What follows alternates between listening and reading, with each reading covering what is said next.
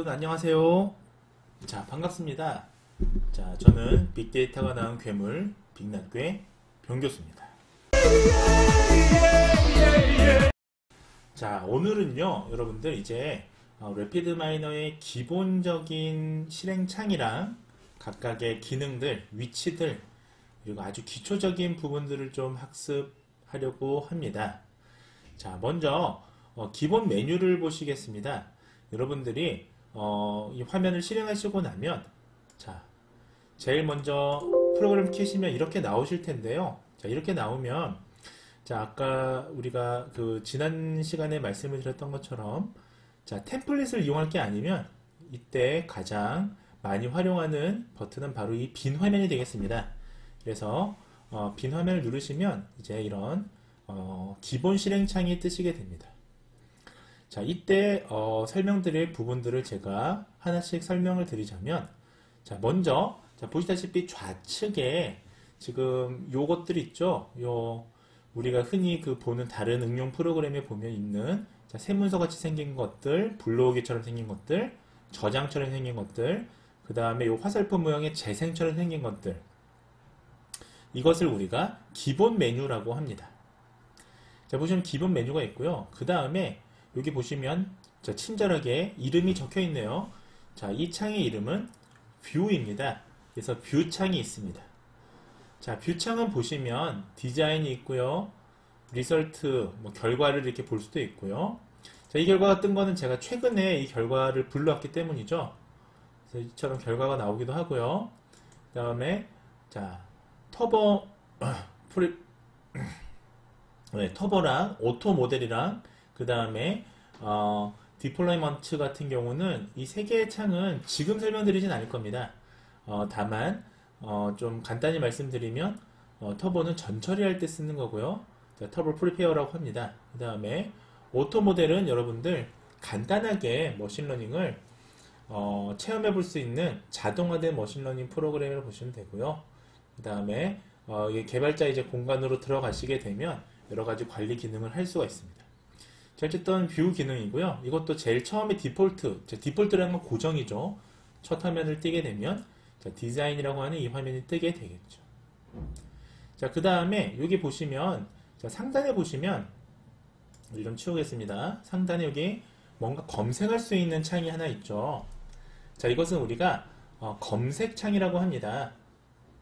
자, 그리고요, 자, 이보다 더 중요한 건 이제 위와 같은 것들은 우리가 그냥 메뉴라고 보시면 되고요.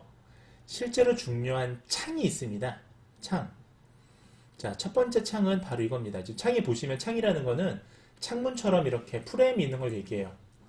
자, 요게 첫 번째 창문이 있고요. 여기도 이것도 창이라고 볼 수 있죠. 여기 큰 또 창이 있고요. 맞죠? 밑에 또 창이 있고요. 그 다음에 좌측에도 창이 있고요. 밑에 또 창이 있습니다. 자, 그러면 자, 이런 것들 하나하나를 지금부터 좀 설명을 드리고자 합니다. 일단 기본적으로 위에 있는 이 부분을 우리는 저장소 창이라고 부를 겁니다. 자, 제가 이거를 좀 써볼게요. 자, 레퍼지토리는 자, 다른 말로 우리나라 말로 저장소 창이라고 합니다. 자, 여러분들 저장소라는 표현이 굳이 왜 붙었을까요? 네, 맞습니다. 자, 우리가 파일을 불러온다든지 파일을 저장할 때, 블록이라든지 저장할 때 쓴다고 제가 말씀을 드렸습니다. 자, 그 다음에 밑에 보시면 제일 많이 사용하는 게 바로 이 오퍼레이트 창입니다. 그래서 제가 오퍼레이터라고 쓰겠습니다. 오퍼레이터 창은 하는 역할이 굉장히 많고요. 아마 여러분들이 장담하는데 이 중에서 가장 많이 이용하는 창이 될 것입니다. 그래서 오퍼레이터 창은 어떤 역할을 하냐면 분석과 관련된 역할을 합니다. 자, 하나씩 보시면요. 지금 보시다시피 오퍼레이터 창은 데이터 액세스라는 측면에서 어떤 기능이 있냐면 데이터를 불러오는 기능들이죠. 그래서 엑셀 파일이라든지 그 다음에 SPSS로 된 파일도 불러올 수 있고요. 자, 그 외에도 세스라든지 스테타 여러가지 파일들을 다 여기서 불러올 수가 있습니다. 자, 그 다음에 블렌딩이라든지 클리닝, 클렌징처럼 데이터를 전처리할 때 쓰기도 하고요. 네, 이거는 블록이죠. 자, 그 다음에 모델링 같은 경우에는 여러분들 알고리즘이 여기 다 들어가 있습니다. 그래서 167개의 알고리즘이 들어가 있으니까 굉장히 많이 들어가 있죠. 또 이거는 확장성을 통해서 알고리즘은 더 추가할 수도 있습니다.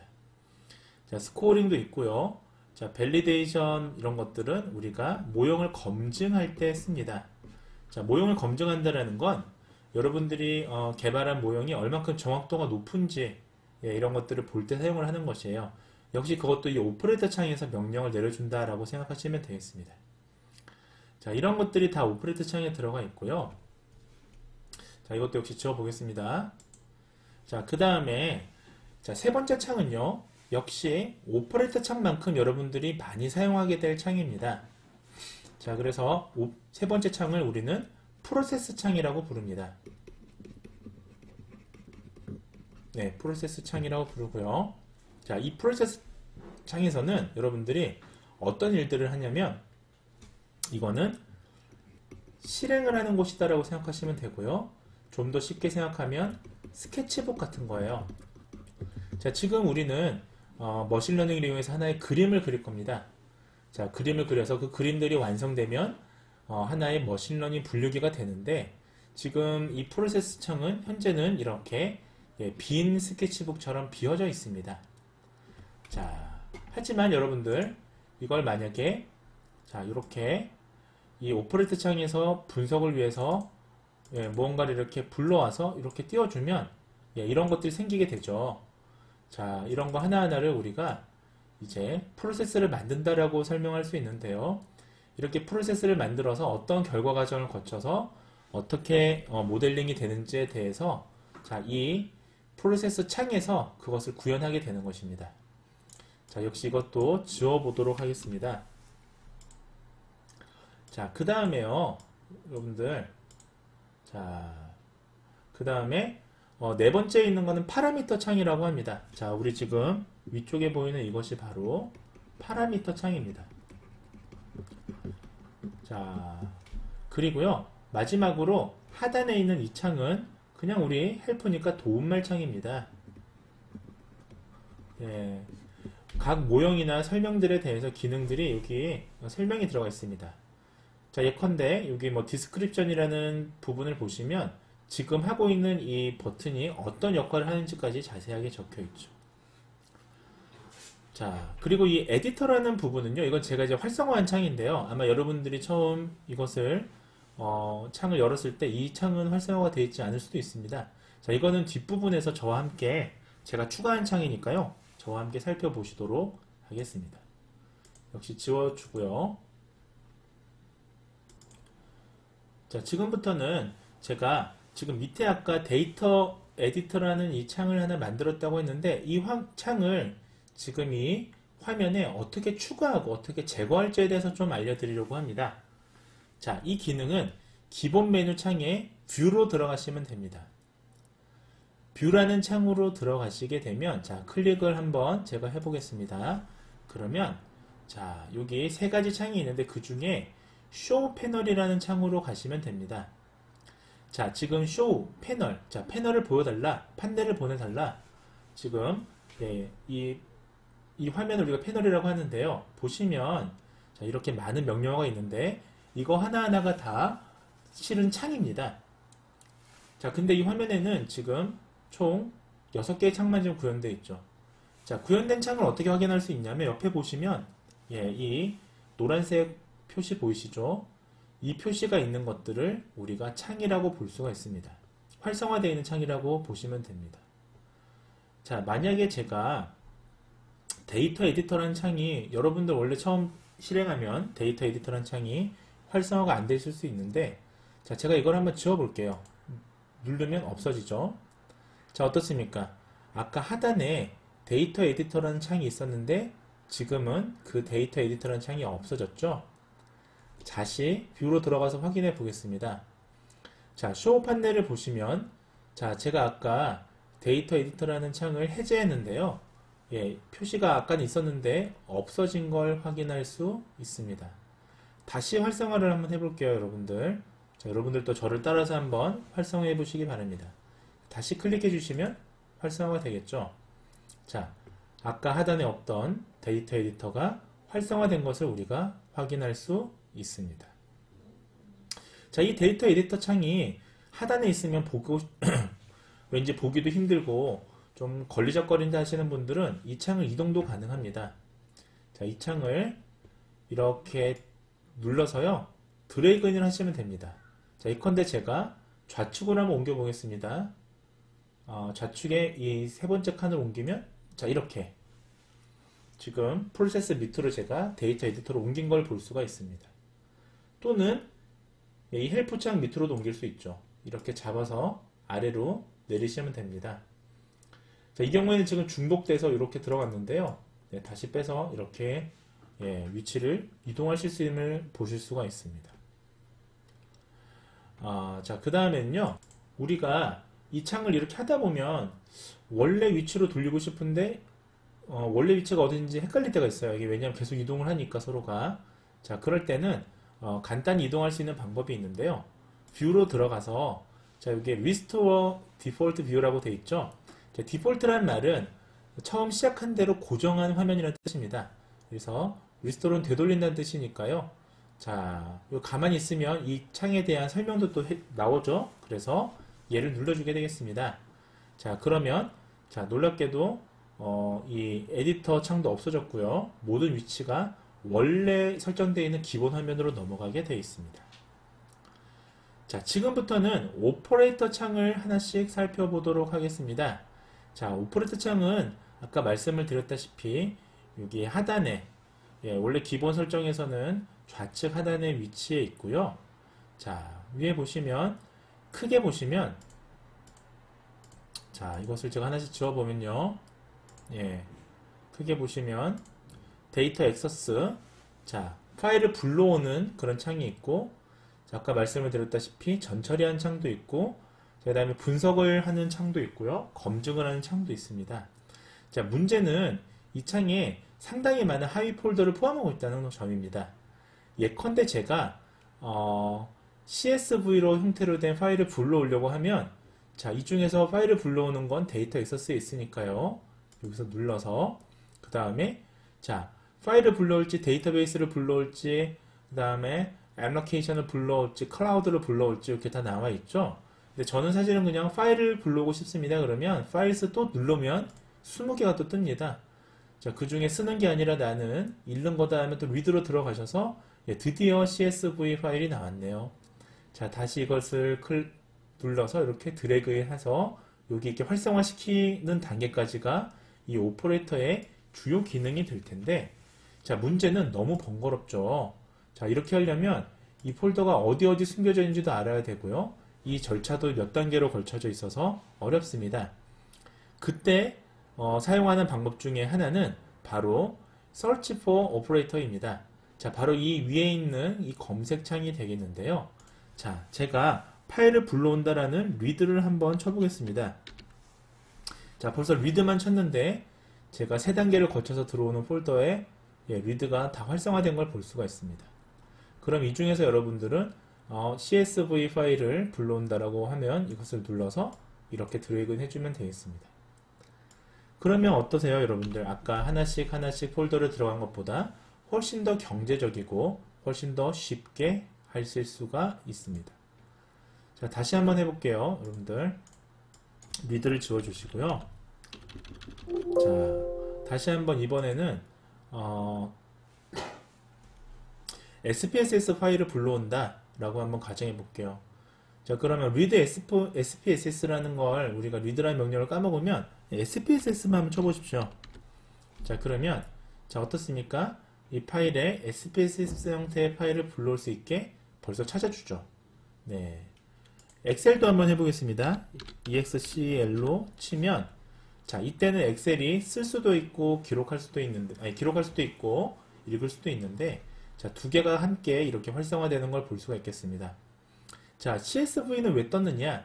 CSV도 실은 엑셀에서 같은, 사실은 이름만 다르지 같은 형태예요. 실은 쉼표로 구분하면 CSV가 되겠죠. 자, 어쨌든 오퍼레이터는 이런 기능을 가지고 있습니다. 자, 그래서 오퍼레이터 추가하는 법도 아까 말씀을 드렸는데요. 자, 추가하는 방법은 실은 두 가지가 있습니다. 자, 하나는요. 자, 이렇게 해서 제가 한번 엑셀 파일을 한번 불러와 볼게요. 네, 엑셀 파일을 클릭을 하셔서 첫 번째 방법은 드래그인 하는 방법이 되겠습니다. 자, 마우스 왼쪽 버튼을 누른 채로 이렇게 끄집어 오면 여기 드롭 히어 여기다가 내려놔 던져놔 이렇게 표시가 나와 있죠. 자, 그러면 여기다가 그야말로 왼쪽 버튼을 누른 상태에서 떼주면 네, 저는 지금 리드 엑셀이라는 오퍼레이터를 던졌습니다. 자, 이런 방법이 있고요. 지울 때는 딜리트 버튼을 누르면 지워집니다. 자, 그 다음에 여러분들 또 다른 방법은 아까 보셨던 이 부분에서 드래그인 하지 마시고요. 더블 클릭을 한번 해보세요. 더블 클릭을 하면 자, 제가 원하는 위치는 아니지만 가장 예쁜 위치에다가 이것을 놔주는 것을 우리가 볼 수가 있습니다. 자, 이것도 제가 역시 다시 딜리트 버튼을 눌러서 지우도록 하겠습니다. 자, 오퍼레이터의 구성에 대해서 지금부터 말씀을 드리겠습니다. 다시 오퍼레이터를 한번 드래그인 해볼게요. 이번에는 제가 드래그인 하는 방법으로 해보겠습니다. 자, 마우스 왼쪽 버튼을 누른 상태에서 쭉 제가 원하는 장소에 이렇게 놓으면 되겠습니다. 자, 이번에는 확대해서 좀 살펴볼게요. 자, 여러분들 네, 확대를 해서 다시 살펴보도록 하겠습니다. 자, 지금 저는 드래그인 해서 이 오퍼레이터를 지금 확대를 했습니다. 자, 여러분들 보시는 오퍼레이터는 자, 크게 이와 같은 모형을 가지게 되겠는데요. 자, 첫 번째 위쪽은 오퍼레이터의 이름이 되겠습니다. 자, 이름이 나와 있고요. 지금은 이 오퍼레이터가 하나만 창에 띄워져 있어서 어렵지 않지만 자, 만약에 이 프로세스 창에 여러 개의 오퍼레이터가 있는 경우에는 이 오퍼레이터가 뭔지 헷갈릴 때가 있습니다. 자, 그럴 때는 이 오퍼레이터의 이름을 확인해 주시면 됩니다. 자, 오퍼레이터에는 이 사각형 옆에 이렇게 귀처럼 생긴 두 개의 모양이 있습니다. 자, 이것을 포트라고 합니다. 자, 포트는요, 항구라는 뜻이죠. 그래서 마치 항구처럼 이렇게 삐죽 튀어나온 게 있습니다. 포트는 모두 두 개가 있는데요. 자, 좌측에 있는 거는 입력 포트라고 우리는 얘기합니다. 자, 그래서 오퍼레이터 입력 포트, 이것은 입력과 관련된 포트입니다. 자, 반대로 우측에 있는 것은 우리가 출력 포트라고 부릅니다. 역시 이것은 출력과 관련된 포트가 되겠습니다. 자, 그래서요, 보시면 이 포트는 이렇게 연결을 할 수가 있습니다. 자, 이렇게 이어주고요. 얘도 마찬가지로 이렇게 이어줄 수가 있죠. 자, 다시 한번 해볼게요. 네, 이렇게 이어줄 수 있죠. 자, 그래서 이와 같은 포트는 역시 포트키를 이렇게 이어질 수가 있습니다. 자, 그래서 자세히 보시면 자, 여기는 input이라는 IMP 약자고요. 자, 밑에는 이제 결과, 리절트라는 RES 약자가 적혀 있습니다. 그래서 input 포트는 역시 이쪽에 달려 있고요. 자, output 포트는 결과 쪽으로 이렇게 방향이 취해짐을 우리가 알 수가 있습니다. 자, 이건 다시 한번 제가 지워보도록 할게요. 이렇게 드래그인해서 영역을 맞춰놓고 딜리트를 누르면 역시 한꺼번에 다 지워지게 됩니다. 자, 이번에는 오퍼레이터의 단축 메뉴를 한번 보시도록 하겠습니다. 자, 제가 생성된 오퍼레이터를 이렇게 놓고요. 이 오퍼레이터를 제가 자, 우측 마우스 버튼을 클릭을 해봤습니다. 자, 여러분 다시 한번 보여드릴게요. 우측을 이렇게 눌러주시면 자, 이와 같은 단축 버튼들이, 단축 메뉴들이 활성화되는 것을 우리가 확인할 수가 있습니다. 자, 그래서 오퍼레이터가 표시되어 있게 이렇게 좀 나와 있고요. 나머지는 보시면 이것을 뭐 복사할 수도 있고요. 이 오퍼레이터를 잘라내기도 할 수도 있고요. 붙여넣기도 할 수도 있고요. 자, 예를 들면 브레이크 포인트면 이 포인트 이전까지 분석하는 거다 뭐 이런 건데, 이건 제가 나중에 고급 기능 설명해서 좀 말씀드리겠습니다. 자, 지금 현재 설명드리는 건 오퍼레이터가 이러한 단축 메뉴를 포함하고 있다 정도 설명드리고 있습니다. 자, 이 오퍼레이트는 오퍼레이트끼리 연결을 할 수가 있습니다. 결국은 오퍼레이트끼리 연결하면서 하나의 프로세스, 널리지를 만들게 되는 거죠. 자, 이때 연결은 자, 요 선으로 연결이 됩니다. 코드로. 자, 이렇게 붙여주시고요. 자, 그 다음에 이 오퍼레이트 포트끼리 연결이 되거든요. 그래서 여기에 이 아웃풋 포트와 다시 인풋 포트를 이렇게 연결도 가능합니다. 자, 그러면 역시 아웃풋 포트를 이렇게 끝에 있는 포트 연결이 가능하겠죠. 자, 결국 포트와 포트는 연결이 되는 구조로 되어 있습니다. 결국 오퍼레이터는 이와 같은 연결선으로 구성되어 있다라고 보시면 되겠습니다.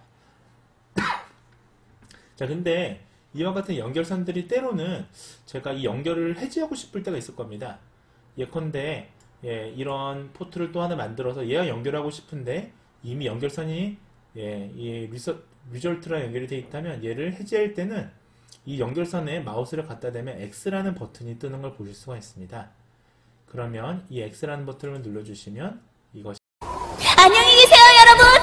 전 이 세상의 모든 굴레와 속박을 벗어던지고 제 행복